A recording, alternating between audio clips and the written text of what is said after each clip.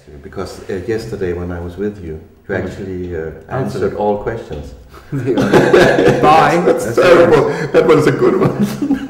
No, but I really thought that because you talked about this parenting thing. Oh, yeah. Yeah, that was wonderful. But I would like to ask you one thing, because that's a big issue in all this spiritual development or whatever. What about money? Money? Yeah. Okay. What about money? As so many people struggle with their financial situation. They do, because I think the financial situation of how finance is developed totally belongs to levels of self. Personal levels of self and personal levels of the person. So money gets energy wrapped up in wanting and needing and the belief that you're not really abundant. Doesn't mean that because I say we're really abundant in the deep, that money's going to pour in, although it just means that the energy that money represents, which is the movement of your energy belonging to your heart,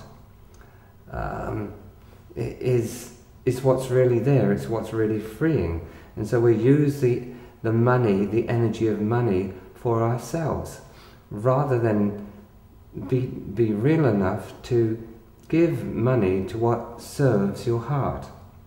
So for instance, you know to buy a certain thing or do a certain thing or create a certain thing, but you believe you don't have the money. So right there you're holding the energies of where your abundance comes from, and you're holding that back, and so you're waiting for something to happen.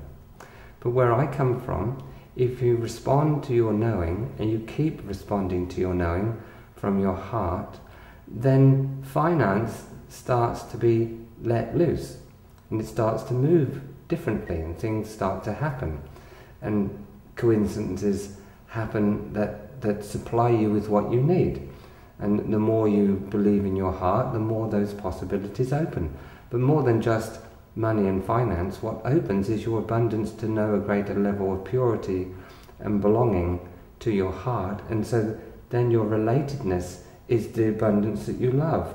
Whether money comes or not, you love the abundance of your heart moving and being shared. But where I come from, that also frees up the finance. You begin to have at least enough to really move your knowing, to move a deeper quality of life that spills out of a knowledge that's coming out of your heart, and you're activating it in your life. So you're not thinking, oh, can I afford to spend that? You know, this needs to be bought. My heart says so, and so you do these things. But then it frees up the locked up energies where you thought finance was what you were about. But then one might say, in my spiritual development, just like you said with the parenting, everything is a mirror of where you are with yourself. You are your own parenting. Yeah. And your parents are a mirror of your parenting yourself. That's right. And I see the same when you talk about your financial situation. So one might ask, why? Somebody who's not even focused on opening their heart, they still have a good financial situation. Because they're using their self in terms of belonging to a mental movement. They're using their self to make money. But it doesn't mean they'll be able to make love. It doesn't mean they'll be able to make a good life from the goodness that spills out of their heart. So this is also a level of development that, in a very simple way, when one is awakening, one can know awakening in a very simple way. If you look at realizers, and in many walks of life, especially centuries ago, they were simple people. Didn't mean that they were going to get money. It just meant that they were simple people, and they were able to live a life that was abundant in many different ways. They were fed or clothed, and people enjoyed their wisdom and benefited benefited from their presence. But now in this 21st century, one can awaken and bring the mind to awakenness. So then use the level of mind to really create. And that will still cost you levels of yourself, as it must do, so that what you create is for your being and not for your separate sense of self. And so then you can move a life that can make money, but it's coming from an inspiration that belongs solely to your heart. And that money, you know, is not for yourself.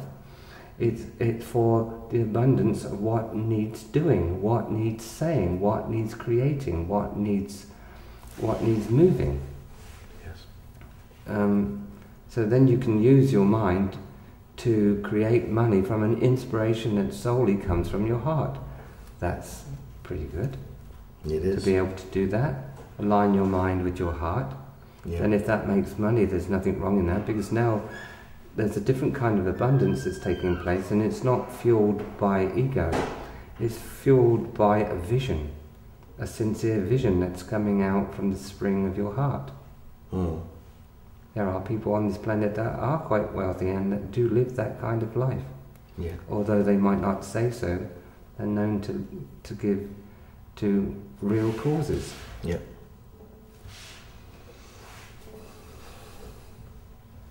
I'm thinking about one thing, because as a spiritual teacher, I find that there are some,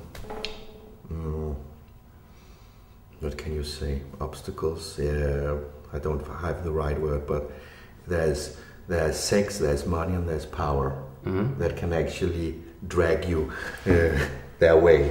Mm-hmm. Have you, in your path, been taken by some of these things? Have you found any, how can you say, have you been struggling with issues like that as a spiritual teacher? I've never struggled with money. No? No, never struggled. I've never needed to have money, and money has just arrived. I've never felt it. I never felt the need to have more money. What I've always needed just arrived, and I've always moved from a creative knowing within the light of my own heart, and when that moves, then that brings what I need. Doesn't necessarily bring lots of money. I'm not interested in lots of money, and if ever that kind of money ever come this way, it would go the way of my heart. So I've never been interested in making lots of money. I'm sure that I could make lots of money, but I have no need to make lots of money. It's as simple as that. All that I'm called to do is move in the manner which I'm moving, and the finance to do what I'm doing and creating comes along. And if more came along, I know where I would put that. You know, for instance, where I'm putting some of this money that doesn't belong to me is in the helping to build educational centres in a few Indian schools, building computer rooms, and these are fishermen villages that don't have anything. So somehow this inspiration to give these people an opportunity in life for a better education came about, and the money came, and the money came through my mentioning this to other people, and the money came. That's a form of abundance. I've never been drawn to make money for myself, although it has come along, and it's just moved my life as I now know it. Power, I've never needed to have power. I know what power is, and I certainly know that the power of levels of a self. That's a conditional pattern, as everyone must awaken to. Let's call it the secret power of levels of self that you come upon. You realize, my God, I'm using power for myself. In an awakening, you let that power come back to your heart. That's what awakening is. Sex, well, in all honesty, I've always explored love rather than sex. And yet, what I've discovered in the exploration of love is that pure sexuality is what the universe is, and the beingness moving pure sexuality is the making of love. Have I ever wanted to go and have sex? No. Have I explored true sexuality? Yes. From where? From the nature and calling of what I am as a heart, a being of heart. And that's a continued discovery.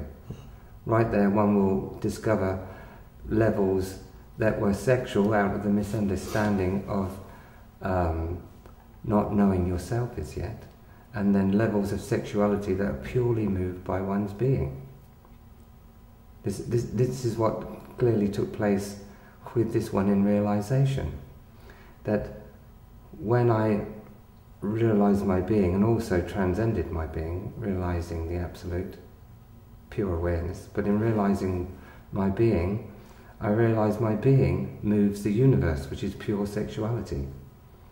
I actually realized that. Is that because you were in such an early stage, got enlightened? I've always known love.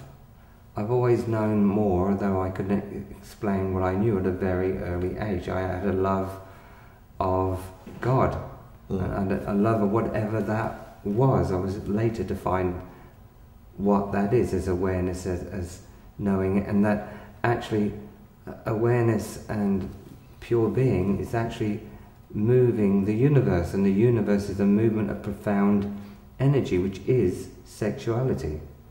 And if you didn't have sexuality, you wouldn't be able to know what a flower is. You wouldn't be able to know what a tree is. You wouldn't be able to know what the sky is. These are higher levels of sexuality where you know the beingness of the universe, of an animal, of a flower, of a mountain, with your body and your heart. That's a movement of pure sexuality known in your being. So when your being moves your sexuality, it's pure. And when your sexuality moves, your being opens, it's pure. But when your self moves your sexual field, it's not pure. It's for an experience, for a separate sense of self. One begins to discover how that is, because we're taught that. We're not taught what real sexuality is, and that we were born into a sexual field that's pure, moved and inspired by the profound beingness that moves and knows the universe. No, we are definitely not.